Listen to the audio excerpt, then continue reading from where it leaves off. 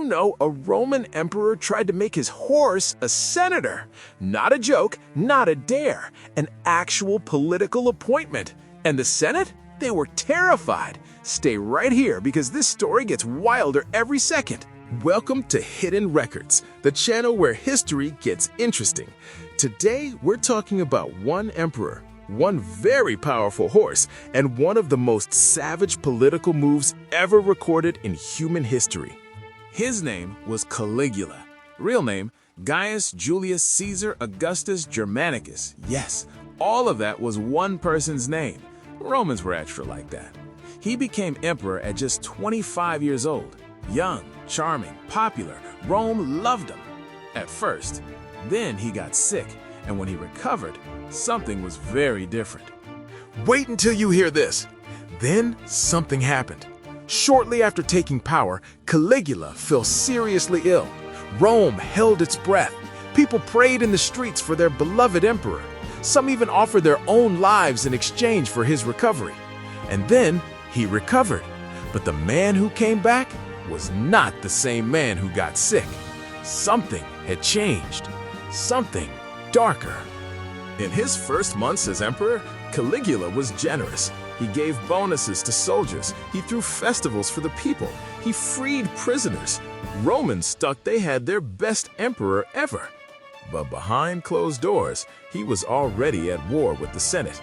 He saw them as weak, corrupt, men who thought their titles made them powerful.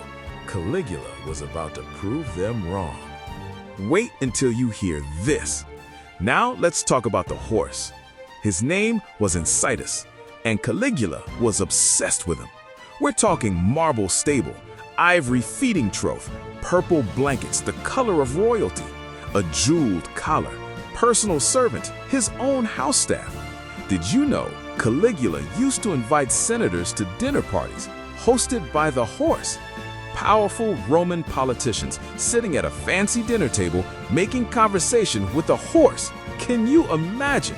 And then Caligula announced Incitus would become consul, the highest political office in Rome, second only to emperor.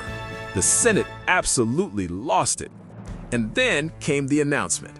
Caligula declared that Incitus, his horse, would be appointed consul, the highest political office in Rome, second only to emperor himself.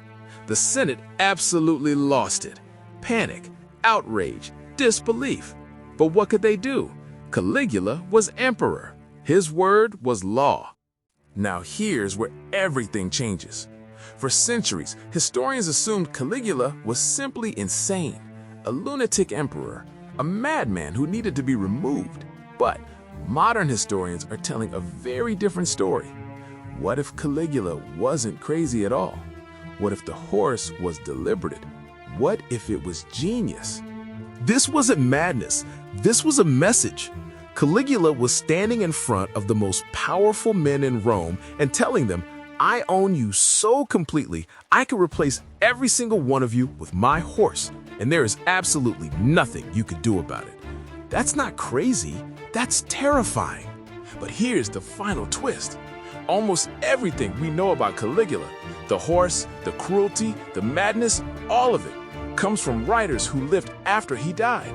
Historians like Suetonius and Dio Cassius, writing decades later, heavily influenced by the very senators Caligula spent years humiliating.